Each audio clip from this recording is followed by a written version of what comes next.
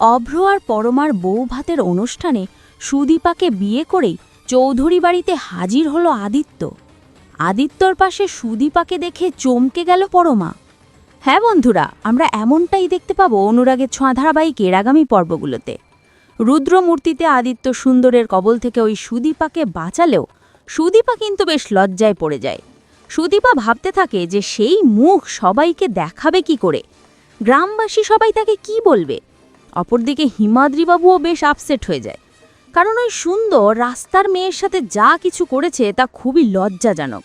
হিমাদ্রিবাবু আদিত্যকে ধন্যবাদ জানালো, হিমাদ্রিবাবু চোখ দিয়ে টপ টপ করে জল পড়ে। অন্যদিকে বাড়ি ফিরে গিয়ে নিজের ঘরে বসেই কাঁদতে থাকে সুদীপা। হিমাদ্রিবাবু সুদীপাকে শান্ত করার চেষ্টা করে, কিন্তু হিমাদ্রিবাবু আর সুদীপার এই অবস্থার জন্য আদিত্য নিজেই নিজেকে দায়ী করতে থাকে।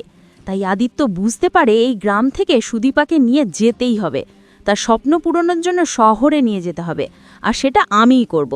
তাই আদিত্য এগিয়ে আসে এবং হিমাদ্রিবাবুকে বলে সে সুদীপাকে বিয়ে করতে চায়।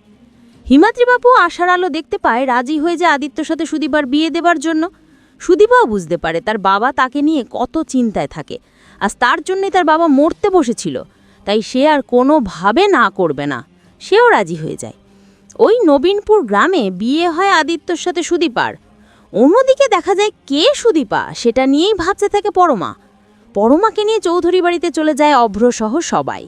পরদিন বৌভাতের অনুষ্ঠান শুরু হয়ে যায়। তবে পরমা আদিত্যের অপেক্ষায় থাকে। নবীনপুর গ্রাম থেকে কখন আদিত্য বাড়ি ফিরবে সেটা নিয়েই ভাবতে থাকে। অভ্রর দিকে কেউ একেবারেই নজর থাকে না পরমার, কিন্তু অভ্র সে তো পরমার ভালোবাসায় পাগল হয়ে গেছে। অপরদিকে দেখা যায় সুদীপাকে বিয়ে করার পর আদিত্য হিমাদ্রিবাবুকে বলে সে সুদীপাকে নিয়ে শহরে যাবে, সুদীপার সব স্বপ্ন পূরণ করবে।